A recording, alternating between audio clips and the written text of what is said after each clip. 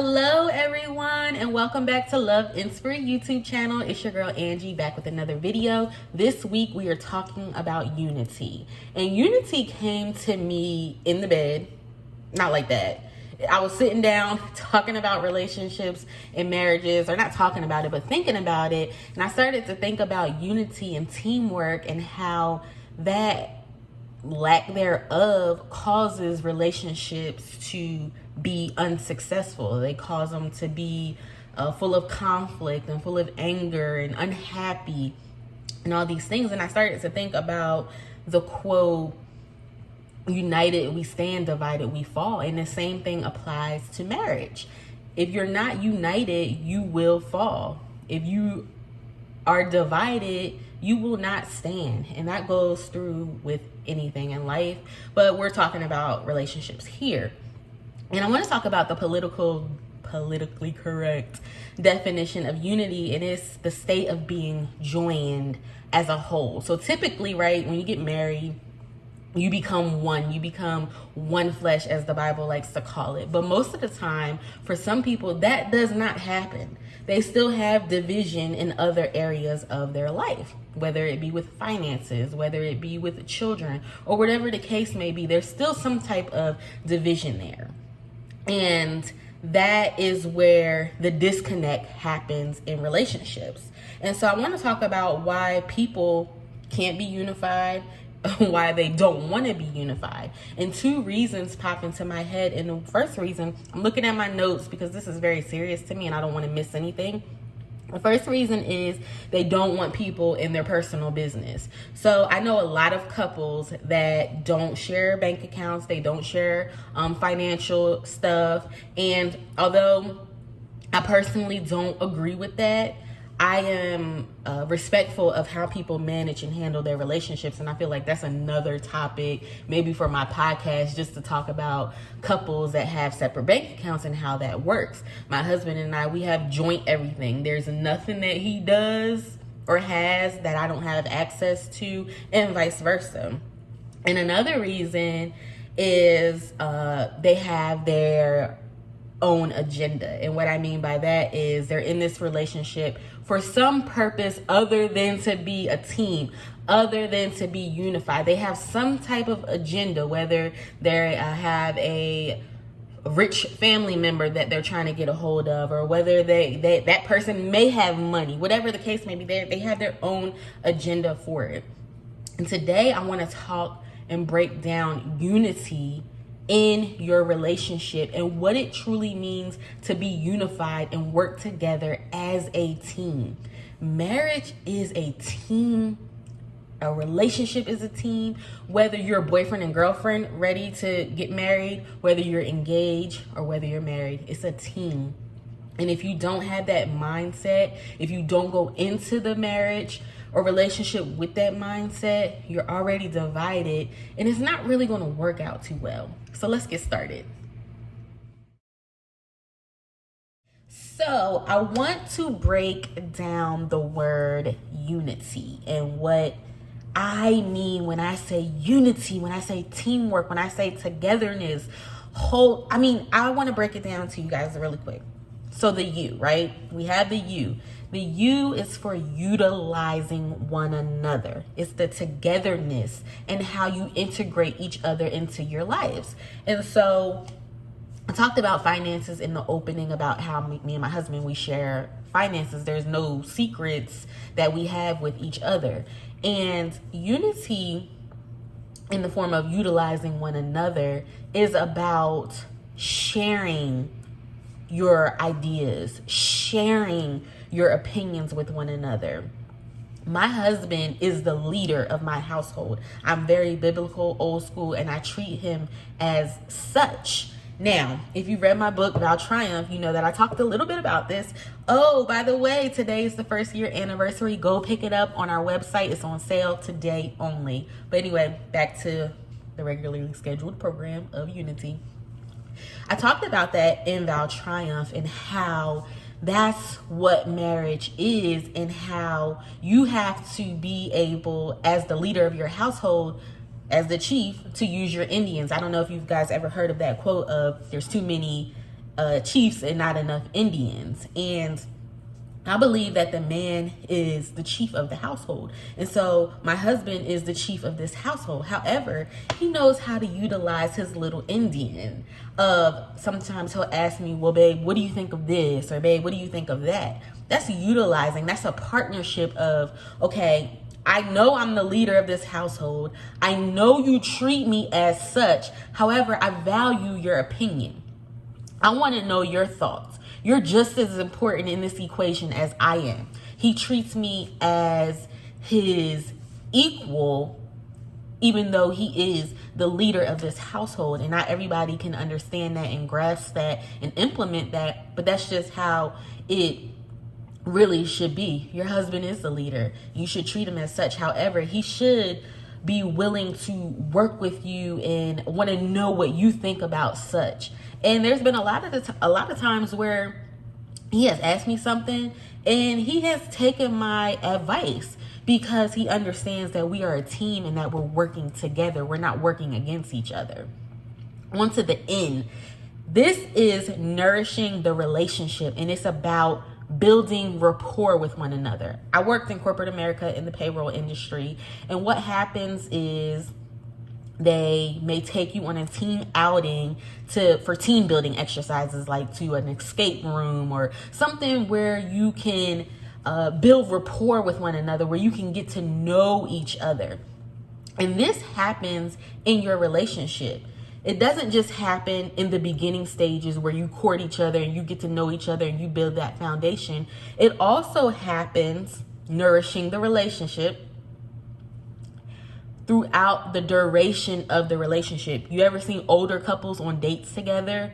That's what they're doing. They're nourishing the relationship. They're dating each other. They're continuing to learn and grow together. If anybody ever tells you that you stop learning and growing in marriage just because you've been married 40 years, 30 years, 20 years, I'm a little skeptical of them, because I have talked to people that have been married over 40 years. My grandparents have been married 50 years, and they tell me every day is a learning process. Every day you're growing with one another. You're learning from one another.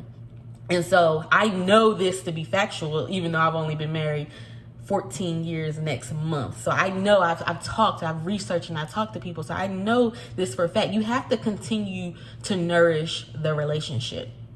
That's teamwork. That's building that rapport. That's building that love, continuing in that love, because we can get to 20 years, 25 years in marriage and just become complacent and fall out of love. And so that's why that's important, to continue that teamwork, to not just come home and do routine stuff because this is what you're supposed to do, you know? So the I, immune to outside forces.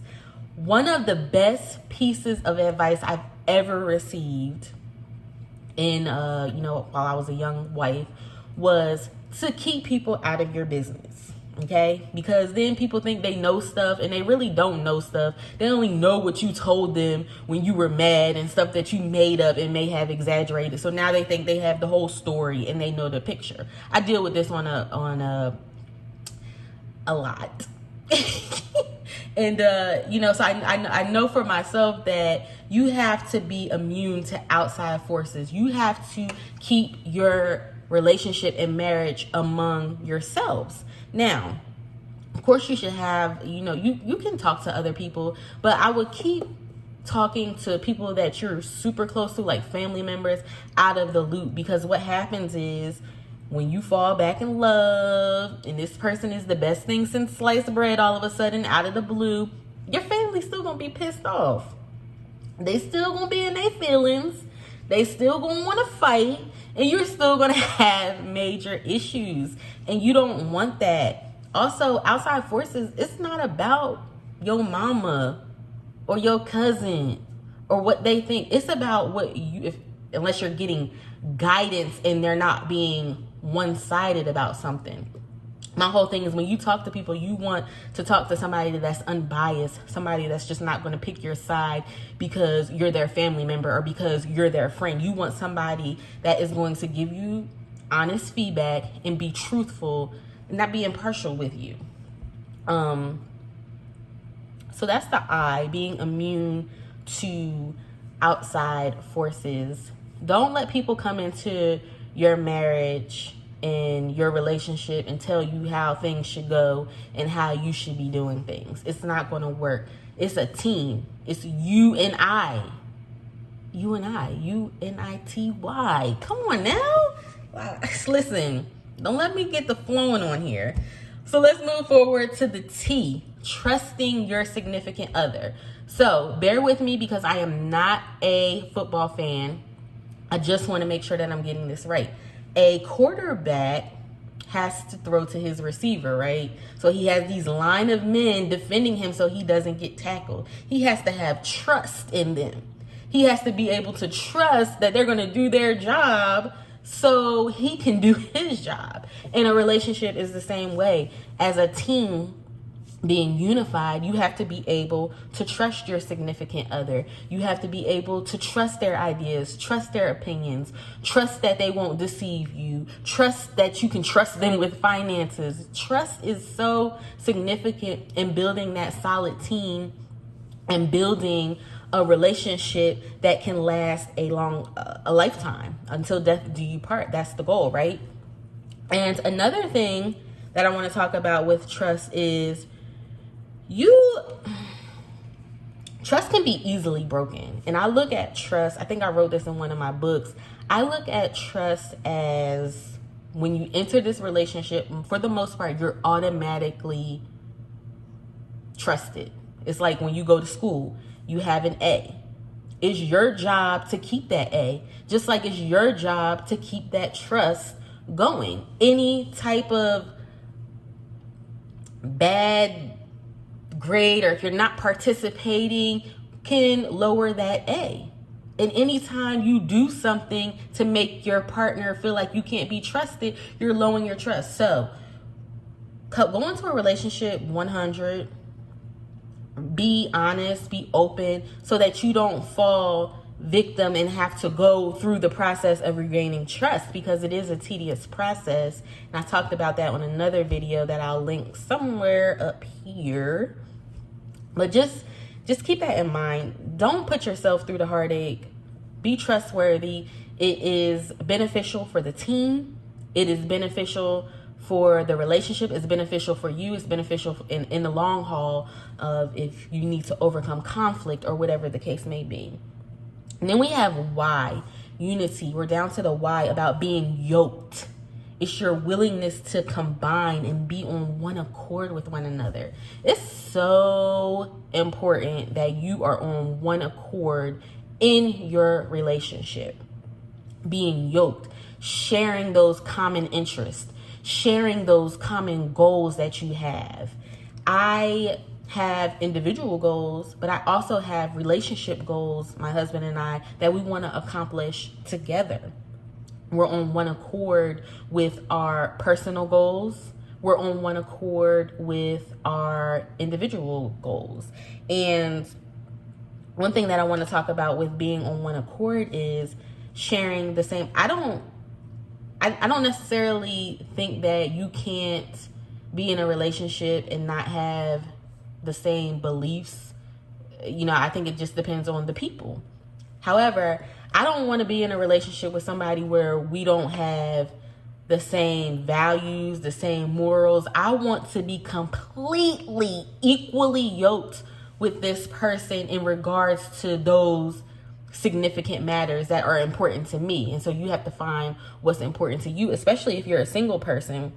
It's very important that you find what's important to you and find someone who believes that. What's important to me or deal breaker might not be that for you. Just as long as it's realistic. Another video. But just keep that in mind. So unity, utilizing one another. N, nourishing the relationship. I, being immune to outside forces. That's family and friends that mean you know good. T, trusting your significant other. And Y, being yoked. That's unity. That's teamwork. And that's what takes place in your relationship. I want to talk to you all about what unity and teamwork brings to your relationship. Unity, teamwork brings so much to your relationship. So many important things. And one of those things is peace. Peace. Keep the peace. Okay? Seriously though, who does not want peace in their relationship? Show me them. Bring them to me. I want to know. Peace is so significant in your relationship. And the reason why you want to have peace is because you'll be able to handle conflict better. You'll be able to show respect a little bit better. You will be able to honor better. And so peace has many different facets to it. And you want to ensure that you have peace in your relationship, and being unified, being a team will have that. Now, of course, you'll have bumps on the road. You know, I don't know any professional team that hasn't had a little rift here and there between players. However, they get through that to get to the prize, to get to that championship, to get to that parade. And so that's what you want to do in your relationship. You want to have, real good peace. You want to have good rapport with your partner. You may go through this phase of, however, you get out of that phase because you want to win the prize. You want to be together. You want to be in unison with one another. Also, reassurance. Unity brings reassurance because you want to be in a relationship where you are reassured that this is the person for you. And if you have a partner that you feel is not taking your opinions, they think that you don't know what you're talking about, that's not really a team. You're not operating as a team. If somebody doesn't respect your opinion, or they automatically think that you're over the top or exaggerating things, they don't really respect you as a teammate, as a partner. And so you want to have that reassurance in your relationship. And that's what unity and teamwork will bring. It will bring reassurance. It will bring that togetherness. Also, it'll prevent you from having a stressful relationship. I just did an ebook on the top 10 causes of stress in your relationship. And when you work together as a team, when you work together as a unit, you can work through issues like finances. I know because I've done it. You can work through infidelity. You can work through issues with children. You can work through differences. If you want to have a stress-free relationship or minimize the stress, you have to decide that you want to work together, that you want to pull together.